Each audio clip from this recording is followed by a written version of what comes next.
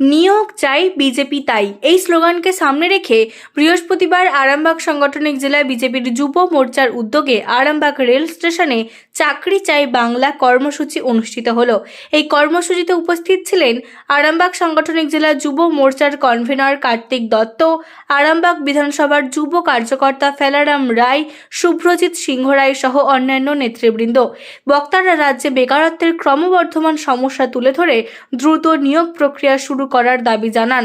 তাদের বক্তব্যে উঠে আসে, যুব সমাজের ভবিষ্যৎ সুরক্ষিত করতে হলে স্থায়ী কর্মসংস্থানের বিকল্প নেই।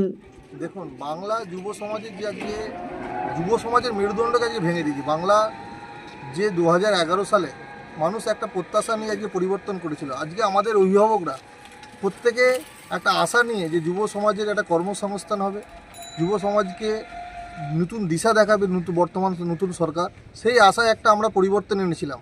34 বছরের জগদ্দল লাল সরকারকে সরিয়ে আমাদের অভিভাবকরা তৃণমূল সরকারকে এনেছিল একটা কারণ নিয়ে, যে আমাদের যুব সমাজের ভবিষ্যৎ গড়বে, নতুন কলকারখানা হবে, নতুন কর্মসংস্থান হবে।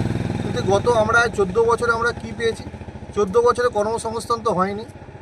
আজকে বলতে লজ্জা লাগে, যে রাজ্যে আমরা বাস করি সেই রাজ্যে চাকরির প্রার্থীদের তালিকা না বেরিয়ে চাকরি বাতিলের এখানে তালিকা প্রকাশ হয়। কোন রাজ্যে বাস করছি? আজকে শিক্ষাক্ষেত্র থেকে শুরু করে প্রত্যেকটা ক্ষেত্রে আজকে দুর্নীতিতে নিমজ্জিত হয়ে গেছে বর্তমান শাসক দল। যেইভাবে আজকে যুব সমাজের মেরুদণ্ডকে ভেঙে দিয়েছে, তার প্রতিবাদ জানিয়ে আজকে আমাদের রাজ্যের ঘোষিত কর্মসূচি অনুযায়ী আরামবাগ সাংগঠনিক জেলা এবং আরামবাগ বিধানসভার পক্ষ থেকে আরামবাগ বিধানসভার যুব ভাইয়েরা আজকে যে আমাদের ঘোষিত কর্মসূচি ছিল, চাকরি চাই বাংলা, নিয়োগ চাই বিজেপি তাই, এই কর্মসূচিকে সামনে রেখে যুব সমাজের কাছে আগ্রহ রাখছে যে আপনারা আসুন আমাদের ক্যাম্পে। এবং বর্তমান যে মুখ্যমন্ত্রী আছেন, তিনি যদি চাকরি না দিতে পারেন, যুব সমাজকে যেভাবে যুব সমাজকে অধঃপতনের দিকে ঠেলে দিচ্ছেন, তেনার অধিকার নেই তেনার এই গদি দখল করে রাখা। তাই আমরা সাধারণ মানুষকে আগ্রহ করছি, আগামী নির্বাচনে সেই তৃণমূল সরকারকে বিসর্জন দিয়ে যে নতুন বিজেপি সরকার আনুন এবং সোনার বাংলা গড়ে তুলুন এবং যুব সমাজের ভবিষ্যৎ গড়ে তুলুন।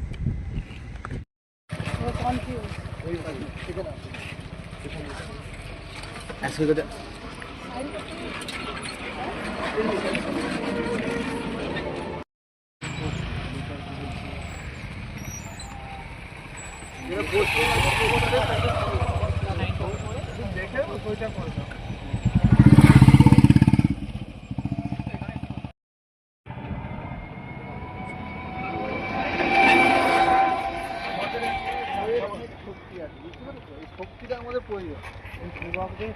বর্তমান সরকার যেভাবে আজকে যুব সমাজকে বিপদের দিকে ঠেলে দিচ্ছে,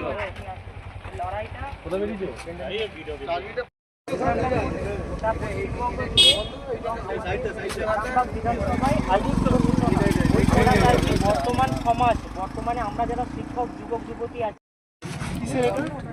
আমরা চাকরি চায়ের দাবি নিয়ে যুব সমাজের কাছে আমরা বার্তা দিতে চাইছি যে আমরা মুখ্যমন্ত্রীর কাছে এই বার্তা আমরা পৌঁছাবো। যে চিঠি আমরা সই করে দিচ্ছি, আমরা নবান্ন অভিযানের মাধ্যম দিয়ে আমরা এই চিঠি পৌঁছাবো। এবং বর্তমান মুখ্যমন্ত্রী যদি চাকরি দিতে না পারে যুব সমাজকে, তেনার ক্ষমতায় থাকারও অধিকার নেই। চুরি করতে দাঁড়ারে নিউনুর সোফা সেন্টার, এখানে সমস্ত রকম সোফা পাইকারি ও রিটেলে বিক্রয় করা হয়। সমস্ত সোফা নিজস্ব কারখানায় তৈরি করা হয়। প্রোপাইটার হানিফ হোসেন খাঁ ও রুহুল হোসেন খাঁ, বড়ডোঙ্গল হাটতলা সিনেমা হলের সন্নিকটে, হুগলি। যোগাযোগ 7797170093 এবং 9382003105।